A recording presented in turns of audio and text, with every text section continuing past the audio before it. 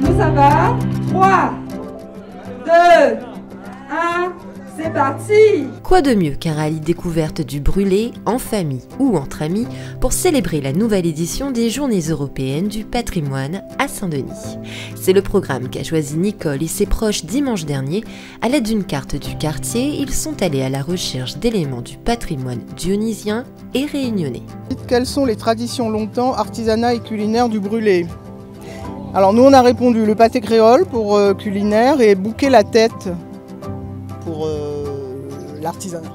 L'intérêt, c'est qu'il fait balader les gens dans le village, connaître le village, comme l'un des points quand même, comme la Vallée Heureuse, le cimetière paysager, l'église. Donc, nous fait visiter les gens, le village en même temps. Et puis, à la fin, on aura un petit cadeau pour chacun, quoi. Une chasse au trésor suivie également par la maire et son équipe municipale qui tenaient une fois de plus à célébrer le patrimoine matériel et immatériel du chef-lieu dans pas moins de 16 quartiers du territoire. Le patrimoine, c'est l'occasion de se souvenir et de comprendre ce qui s'est passé avant et de le mettre en valeur surtout et de le faire connaître au-delà des murs du brûlé de Saint-Denis, de la Réunion et du monde, parce qu'on a aussi des monuments qui sont classés aussi au niveau mondial. Les participants et la gagnante de ce rallye patrimoine sont tous d'accord sur un point, l'expérience a été aussi intéressante qu'enrichissante. C'est un honneur pour moi d'avoir fait ce rallye du patrimoine. J'ai appris énormément de choses sur mon quartier et j'espère qu'on va réitérer l'action. Transformer pour apporter une qualité de vie, construire en gardant son identité. La semaine dernière, les habitants de Patata-Durand assistaient à un temps fort dans l'histoire de leur quartier. Baptisé en hommage à l'esclave mérancienne, cet ancien square, transformé aujourd'hui en jardin, s'inscrit dans le cadre du projet de renouvellement urbain du nord-est littoral.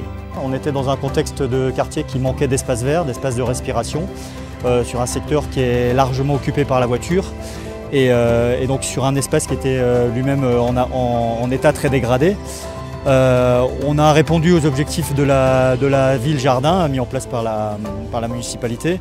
Et donc on a renouvelé les aménagements du square sur les revêtements de sol, les plantations, le mobilier, les équipements de jeu pour les enfants. Et on a également réalisé un aménagement pour neutraliser une partie de la rue Mérancienne et redonner l'espace aux piétons.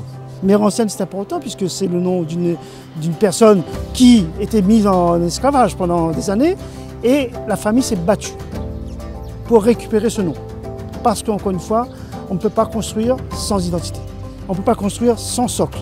Et l'identité est un socle. C'est pour ça qu'on veut continuer à œuvrer, entre autres dans le cadre de Prunelle, à redonner aux différents quartiers une véritable identité et avec les habitants. Ce réaménagement propose donc aux habitants un nouvel espace de vie plus convivial, plus propice à la cohésion sociale. Il marque définitivement une nouvelle étape dans ce projet de co-construction et d'hyper-proximité qui lie Saint-Denis aux habitants des quartiers du Vauban, du Butor ou encore de Marcadet en les rendant acteurs de la transformation de leur cadre de vie. Franchement, le petit jardin, il est magnifique, il est accueillant, tout le monde va gagner en sorte. On trouve aux autres là la journée pour jouer un peu kin. Nous avons déjà livré le square Vauban l'année dernière. Aujourd'hui, c'est le square Mérancienne.